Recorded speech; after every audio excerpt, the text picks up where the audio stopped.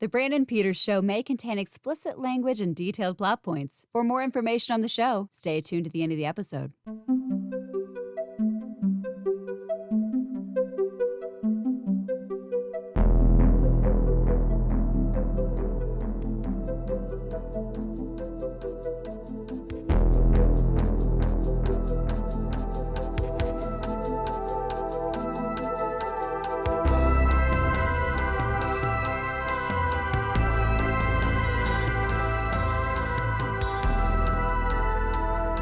And now, here's Brandon.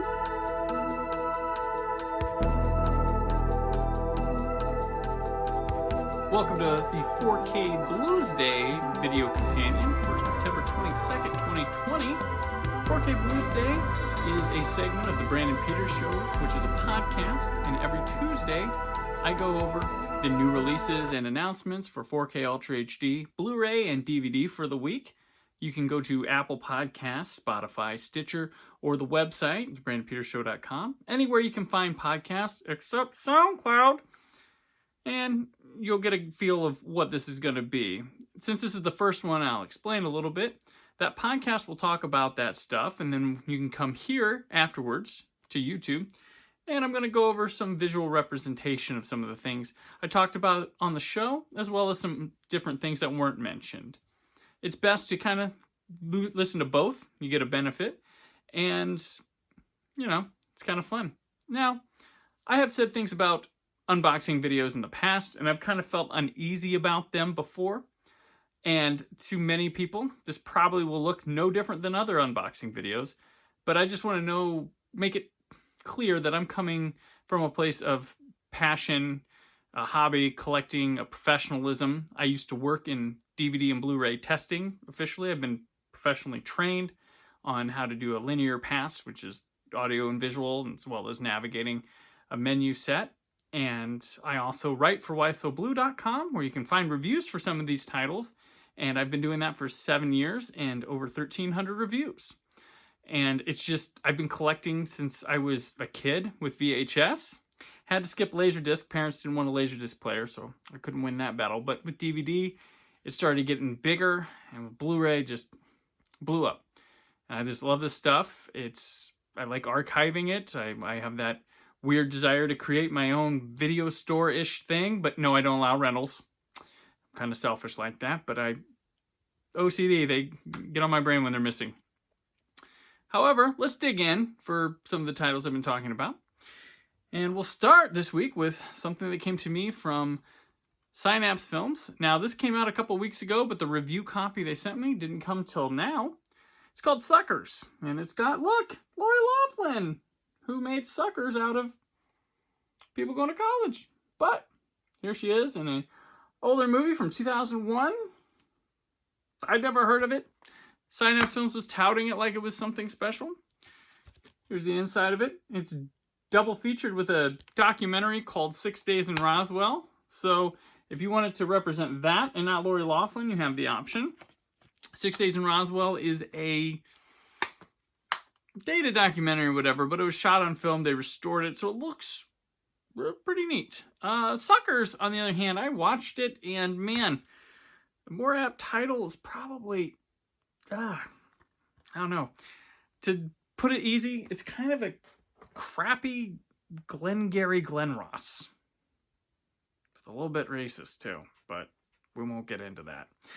Speaking of films, Ghost Ship. Remember the Ghost Ship? Everybody loves Ghost Ship. Revisited this one for the first time since it came out, and I was hoping maybe I'd be softer on it or something like that. Opinion didn't change.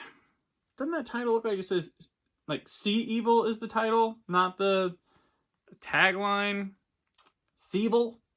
But no less, the opening of this movie still rocks. I won't deny that. It's got some good effects. It just overall, a little bit too well lit.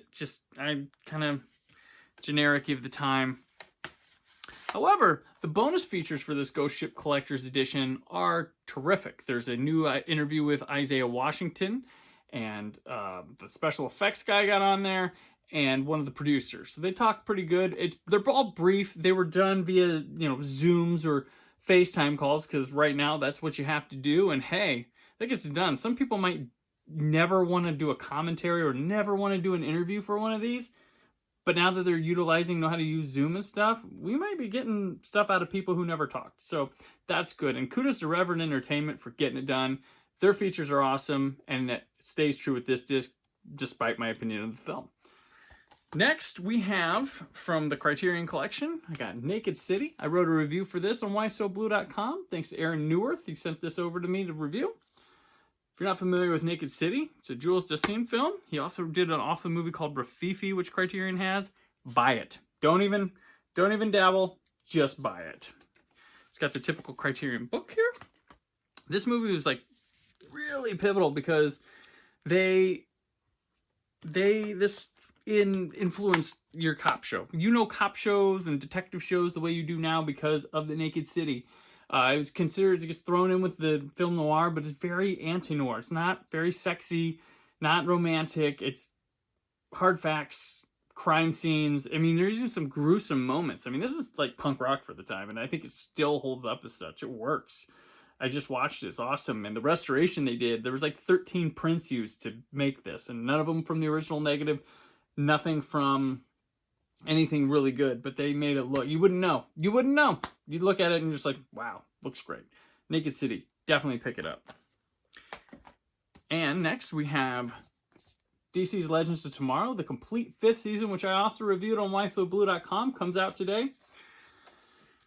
Not my favorite season of the Legends. It's my favorite show of the DC shows, and it does have the hallmarks, the fun and stuff, but it takes a while to get going. I think it's affected by the Crisis on Infinite Earths, which you see here is its own bonus disc on here, the whole thing with special features.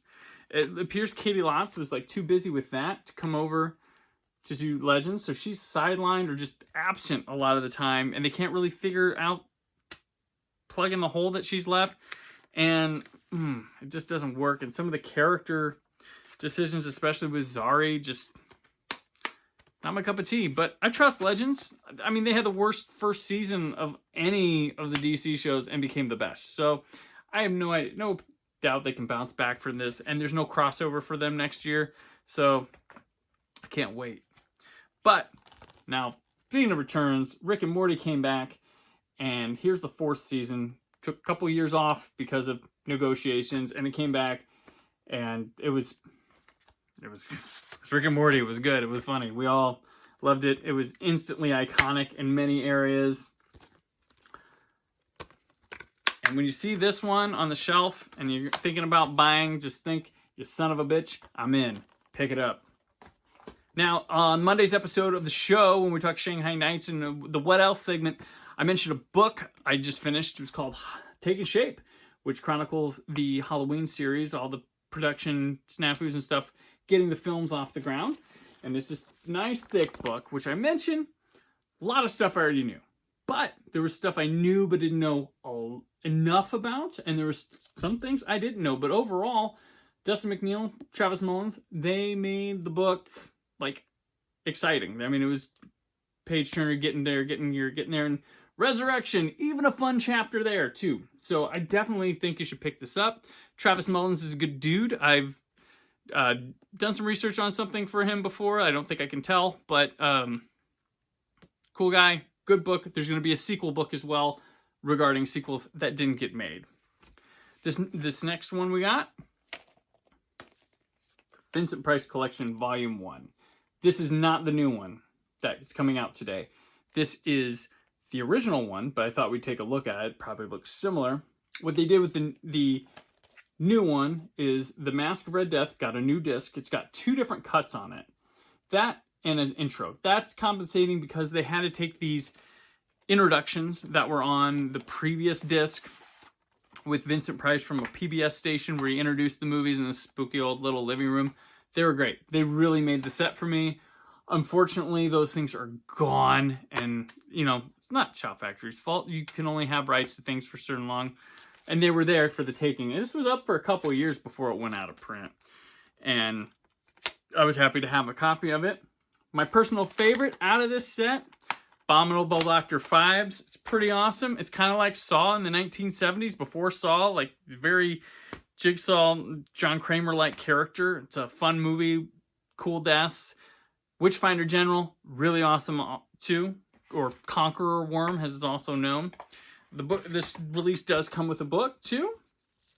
And you can flip through. They got these really nice ones, and I love when they do these little layouts, the posters and stuff. Yeah, Dr. Phibes, such a cool character, such a cool movie. There's a sequel too, and that wound up in the second set. Maybe we'll take a look at that in one of these videos sometime. Now, this next one, I'm just gonna plug a little thing. The Alejandro Jodorowsky set. This came out last Friday. Came out on the 18th because apparently, do you think they're Disney? I already looked at this one. You can go to the Facebook group or Facebook page for the Brandon Peters Show. And I have a video where I was testing out doing these unboxings. And I took a look at all the movies in here and this set. So go over to the Facebook group. You can watch the video while you're there. Might as well follow or like it, please. And you can see what is in this entails. And my review for this set isn't up on the site. My man Gerard Uribe mentioned, and I agree, you can't just like marathon through Jodorowsky's stuff. Like, you gotta take your time. Trust me. And you might go nuts trying to get it all in one day. It just, oof. Lastly, I don't have my pick of the week, a Full Metal Jacket. I bought that one. I did not get it for a review of Why So Blue. Adam Byrne did that one. And I trust the judgment, and it's Kubrick. I can easily recommend that without seeing it yet. I trust in Warner Brothers' love for his work that it's going to be a good one. But I do have my vintage pick for the week, which was the Charlie Chaplin collection from Artificial Eye. It's a UK title. It's Region B locked, which means you need a Region B player, a Region Free player, or a hacked player that will be able to play these discs. If you don't have those and you buy this off my recommendation, it doesn't play, just remember I just warned you, it's not going to play unless you have the appropriate equipment. This set includes 11 films, and the reason I liked it, Criterion has put out all but like 2 of these, and I like this set better. I like the collection aspect of it. The restorations are the same. The transfers are very similar of said restorations, and the bonus features are comparable. And it's all in a set, and it's all for a very good price, as opposed to buying them all individually, like from Criterion. And no slight against Criterion. They're doing it in the US when no one else is doing Chaplin. But this set. So this set has, like, the side, comes out in these little books. And you get the titles right there. Pretty cool little font for them. You get a list of the film credits and bonus features. And you open it up. Get a cool little back shot there of the kid. And whoop. There you go. There's the disc. Pretty cool. And then we'll get the other one out here. I'll open it up. You get the back from Great Dictator. Here we are. And that's the Charlie Chaplin collection. I highly recommend it. It was my vintage pick of the week. Thank you for watching. If you want to, subscribe to this page. You'll get podcast episodes, videos like this, other little screw-around videos. My podcast is going to be a wild thing. It's a podcast that has 3 to 5 episodes per week, so you get a lot of content. And this YouTube page is meant to be a companion to that podcast. So subscribe here, subscribe to the podcast wherever you listen to podcasts. If you're a distributor, someone who puts out Blu-rays or whatever, and you would like your releases or announcements featured on this video show or the podcast version, feel free to drop me a line at mail@thebrandonpetersshow.com. You can also contact me, Brandon, at whysoblu.com. Or you can find me on social media, Brandon4KUHD. I'd be more than happy to showcase stuff for you. And then if you have a request of something you would like to see on this show, if you're a viewer, if I have it, I can show it. That's fine. And also check out other things with this podcast. I'll be returning tomorrow in the podcast form for a segment that's called Old Space Show. It's going to be me and Jim Dietz from the Nothing's On podcast and HHWLOD Network. We're going to be going through episode by episode of the first season of Space 1999. Should be fun. And it's a little segment that'll be recurring through the show. And then the show will take a day off and be back on Friday to close out the week before returning the next week. So I know that's a whole lot of blah, blah, blah, blah, blah, but bear with me, stay with the show, and I hope you like what you saw. And I'll see you next time. And remember, keep the positivity in your online film chatter. Thanks. Thank you for listening. The Brandon Peters Show is a Creative Zombie Studios production. Produced by Brad Shoemaker and Brandon Peters. Written and edited by Brandon Peters. Announcer vocals by Jessica Alsman. Theme song by Metavari. Web design and show art by Brad Shoemaker with Brandon Peters. All music and clips featured in the episode are property of their respective studios and no infringement is intended. Additional information on this and other episodes at thebrandonpetershow.com. For any inquiries, press opportunities, or sponsorship, contact mail@thebrandonpetershow.com. The show is available on Apple Podcasts, Spotify, or anywhere podcasts are found.